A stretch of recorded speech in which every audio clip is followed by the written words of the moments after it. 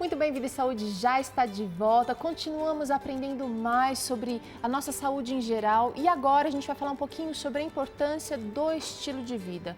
Você já ouviu o Vida e Saúde falando muitas vezes a esse respeito, mas agora a gente vai entender um pouquinho melhor como o estilo de vida pode influenciar na saúde clínica. Quando você vai ao médico, ele te dá uma indicação, mas só aquela indicação, só aquele medicamento, às vezes não vai fazer tanto efeito porque o estilo de vida não está lutando ali, comprometido com você, tentando brigar pela sua saúde em geral.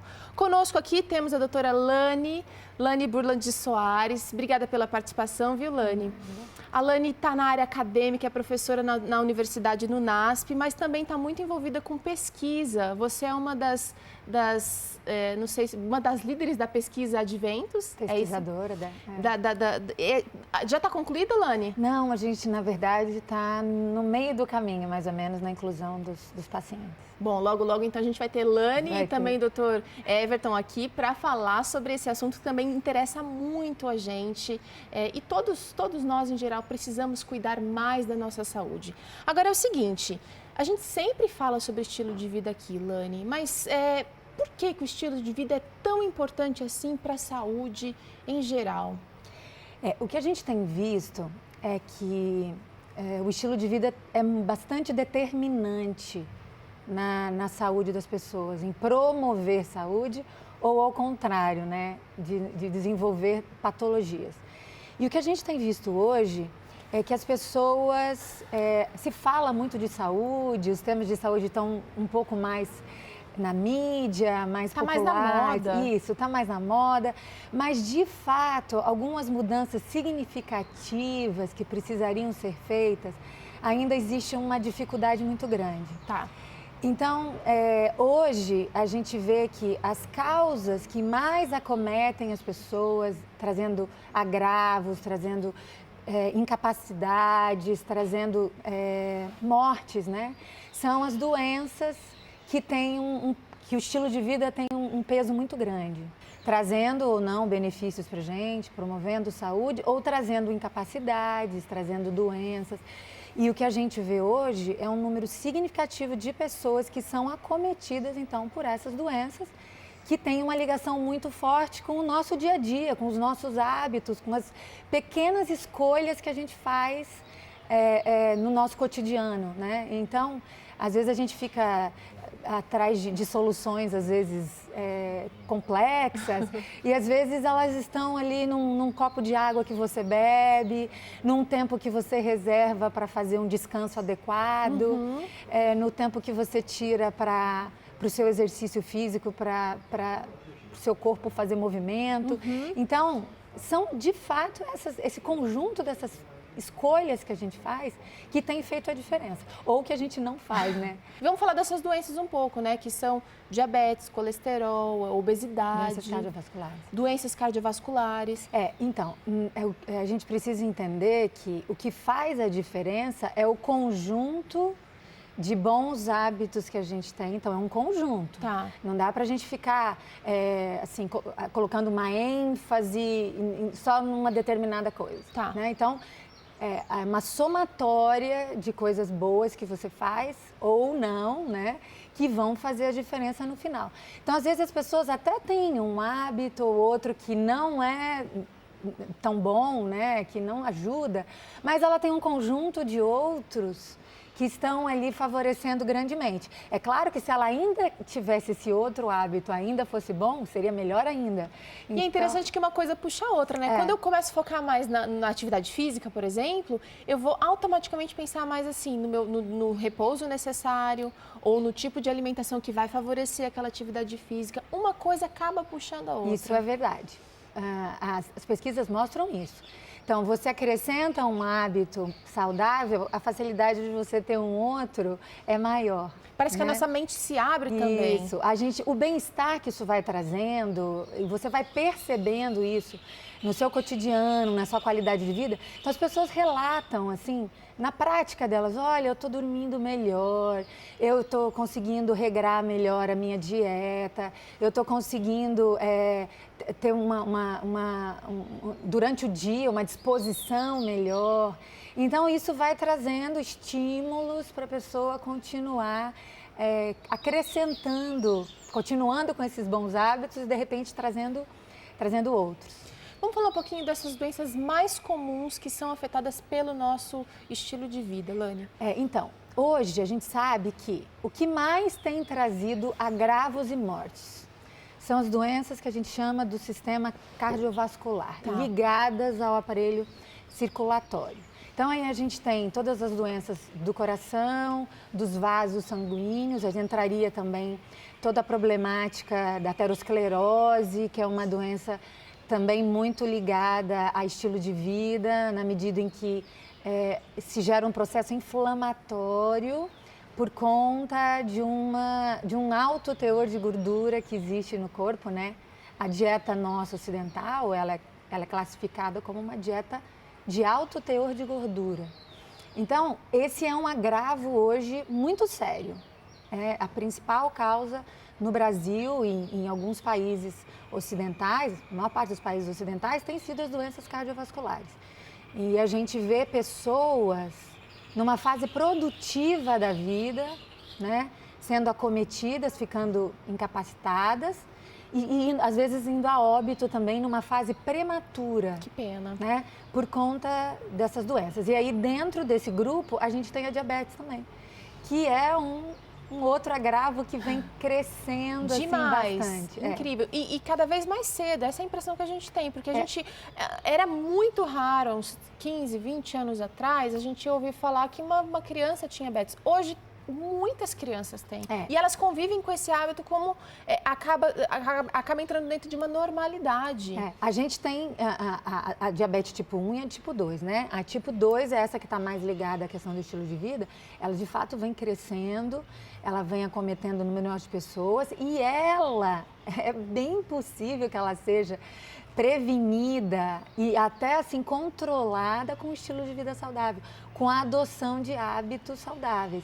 Então, uma pessoa nesse quadro, pensando nas doenças cardiovasculares, se ela fizer um uso adequado da água, uma ingestão adequada da água, se ela fizer uma dieta balanceada, privilegiando uma ingestão maior de frutas, legumes, verduras, fibras, que são importantíssimas para esse controle. Se ela tiver um hábito regular de exercício físico, no descanso, onde ela tem, ajuda a ter um controle do metabolismo. Então, a gente percebe que, assim, a gente de novo volta naqueles hábitos, naquele contexto que a gente acredita, que são esses 8 remédios que estão permeando todo esse nosso contexto, um contribuindo com o outro, e a gente vê que, de novo, o conjunto de hábitos é que vai fazer a diferença. É que vai fazer a diferença. E o fator hereditário acaba sendo uma questão que a gente não tem muito controle. Mas ele também pode ser refreado com o estilo de vida, Lani? Com certeza. A gente, às vezes, coloca uma ênfase muito grande nessa hereditariedade. Tá? Ela existe, ela nos favorece ou nos desfavorece. Tá? Então, a gente tem que aprender a lidar com isso. Então, tem pessoas que geneticamente já têm algumas características que ela tem mais facilidade, por exemplo, de controle de peso, tem mais facilidade do descanso, de ter uma qualidade no descanso. Então, naturalmente, aquilo já vem pela hereditariedade dela ou, muitas vezes, pelo reforço da prática. Pela prática, uma maneira como ela foi criada. Okay. Aqueles bons hábitos que já vieram da infância. Agora, a gente não pode colocar uma ênfase tão grande nessa hereditariedade. Ela é responsável aí até mais ou menos por 30% aí desses nossos... Ou seja, a maior parte não está aí. A maior parte realmente é de nossa responsabilidade. E é possível, mesmo com essa hereditariedade, a gente vai predispor, né, a uma característica que a gente que a gente tem, favorecendo para que ela não venha acontecer, ou o contrário.